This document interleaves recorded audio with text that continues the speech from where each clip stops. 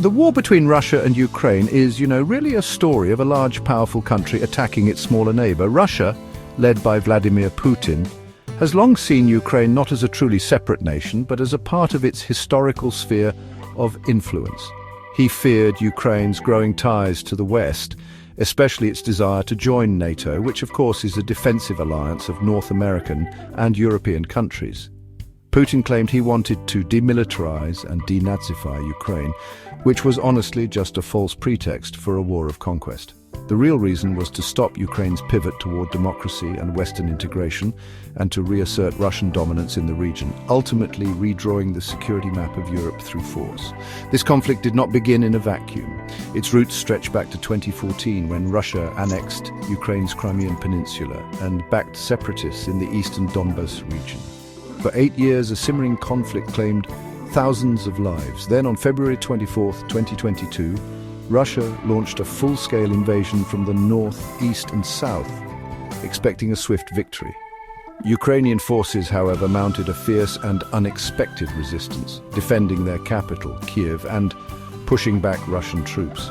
The war then shifted, concentrating in the east and south, becoming a brutal grind of artillery duels, trench warfare, and immense human suffering that has just continued to escalate. The years since have seen a grim pattern of destruction and resilience.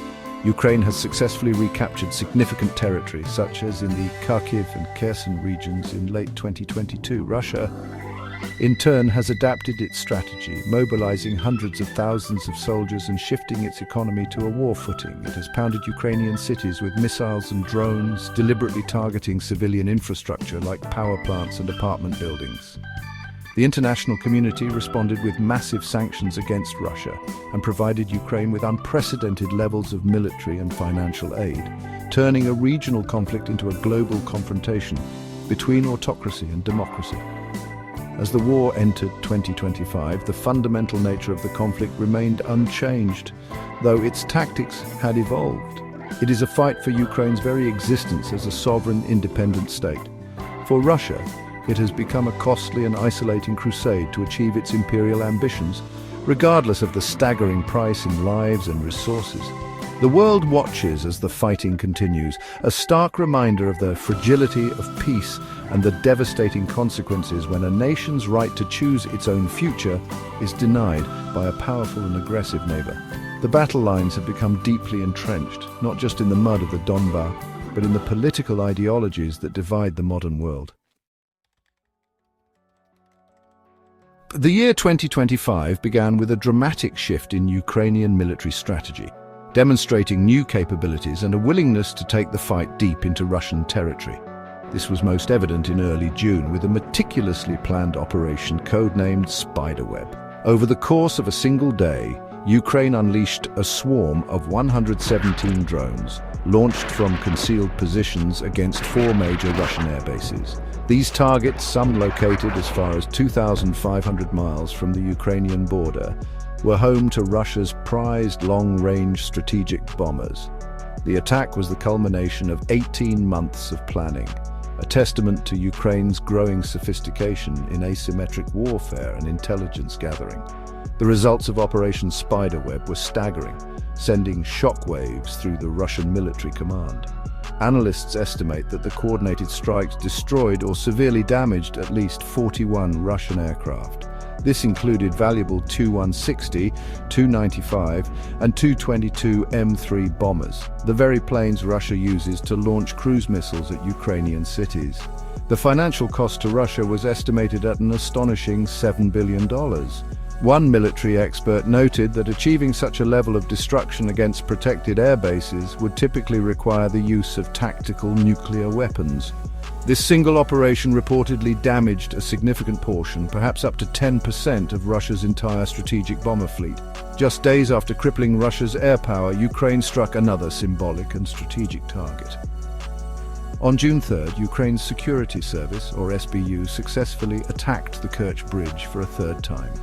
This 12-mile bridge, personally opened by Putin, is a critical supply artery connecting mainland Russia to the occupied Crimean Peninsula. Using a massive 1,100-kilogram explosive device, the SBU targeted the bridge's support structures. Ukrainian officials claimed that this latest attack had critically compromised the bridge's structural integrity, severely hampering Russia's ability to move troops, equipment and supplies to the southern front lines, further isolating its occupation forces in Crimea. These high-profile attacks were complemented by a broader campaign of sabotage targeting Russia's logistical backbone. Ukrainian operatives were credited with a series of successful strikes on Russian railway infrastructure. In Russia's Bryansk region, a crucial railway bridge collapsed, reportedly killing several people and disrupting military transport. Another bridge was brought down in the Kursk region, while a military freight train carrying supplies near the occupied city of Melitopol was bombed. These actions demonstrated Ukraine's ability to project power far beyond the front lines, creating chaos and disrupting the Russian war machine from within its own borders and occupied territories. Stung by Ukraine's successful deep strikes, Russia unleashed a furious wave of retaliatory attacks against Ukrainian cities, with a particular and brutal focus on Kharkiv. Located just miles from the Russian border, the city has been a target since the first day of the war. In early June 2025, however, the assaults reached a new level of ferocity. Residents endured what the city's mayor described as the most powerful attack since the beginning of the full-scale invasion. Russia threw a terrifying combination of drones, ballistic missiles, and powerful guided bombs at the city, turning residential areas into scenes of rubble, fire, and death. The bombardment was relentless and indiscriminate. One major attack on Kharkiv killed at least 4 people and wounded over 60 others, overwhelming the city's emergency services. The barrage was part of a wider nationwide assault. Over a single night, Russia launched more than 200 drones and a variety of missiles across Ukraine. While Ukrainian air defenses, bolstered by Western systems, performed admirably, shooting down 87 drones and 7 cruise missiles, the sheer volume of the attack was designed to overwhelm them. Many other drones were suppressed by electronic warfare, but enough got through to cause widespread damage and terror among the civilian population. The cruelty of the Russian tactics was clear in the use of double-tap strikes, a method that seems designed to maximize casualties among rescuers. In one such incident in Kyiv, an initial missile strike was followed by a second one targeting the same location just as first responders were arriving to help the wounded. This attack, which killed 2 emergency workers, is considered a flagrant violation of international law and a likely war crime. Similar attacks occurred across the country, with civilian deaths reported in the Donetsk and Kherson regions, illustrating a deliberate Russian strategy of terrorizing the population far from the active combat zones. The devastating assault on Kharkiv prompted urgent new pleas from Ukrainian President Volodymyr Zelensky. He publicly reiterated Ukraine's request to the United States for additional Patriot air defense systems, a formal appeal first made in mid-April 2025.